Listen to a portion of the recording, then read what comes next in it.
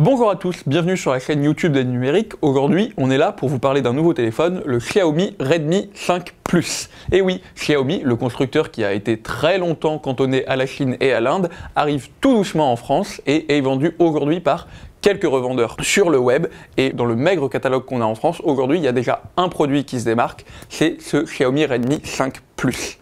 Alors, il est vendu aujourd'hui aux alentours de 200 €, ce qui le met en concurrence environ avec un bon bout du catalogue Huawei et Honor. On peut notamment nommer le Huawei P8 Lite 2017, qui était notre référence à 200 € jusqu'ici. On a aussi le Honor 9 Lite et un bon bout du catalogue des constructeurs chinois aujourd'hui. C'est un marché hyper concurrentiel sur lequel vient s'installer Xiaomi avec ce Redmi 5 Plus, mais il a vraiment quelque chose de plus ce téléphone. On a, question spec, on a un écran 18/9 de 5,9 pouces.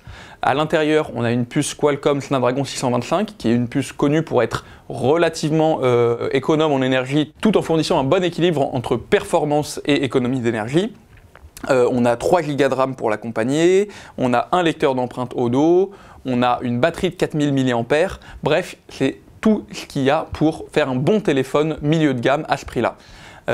Alors qu'est-ce qu'on en pense en vrai? Eh bien écoutez, c'est une excellente surprise parce que le marché des téléphones à moins de 200 € était un peu stagnant avec le Huawei P8 Lite 2017 qui avait jamais vraiment été égalé. Et ben ce Redmi 5 Plus devient notre nouvelle référence à ce prix-là.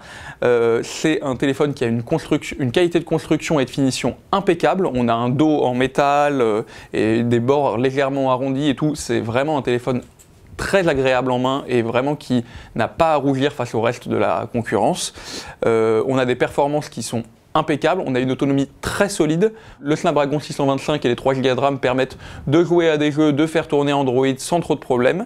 La surcouche Android d'ailleurs, MIUI de Xiaomi, qui change un peu les codes de l'Android stock, est quand même relativement réussie. On sent que Xiaomi a fait mûrir un peu son approche logicielle et c'est pas plus mal. Le seul petit point faible, c'est peut-être la photo. C'est un 3 étoiles en photo. C'est pas un mauvais téléphone, c'est même plutôt un bon téléphone en photo pour sa gamme, mais on sent toujours que Xiaomi en a encore un peu sous le pied.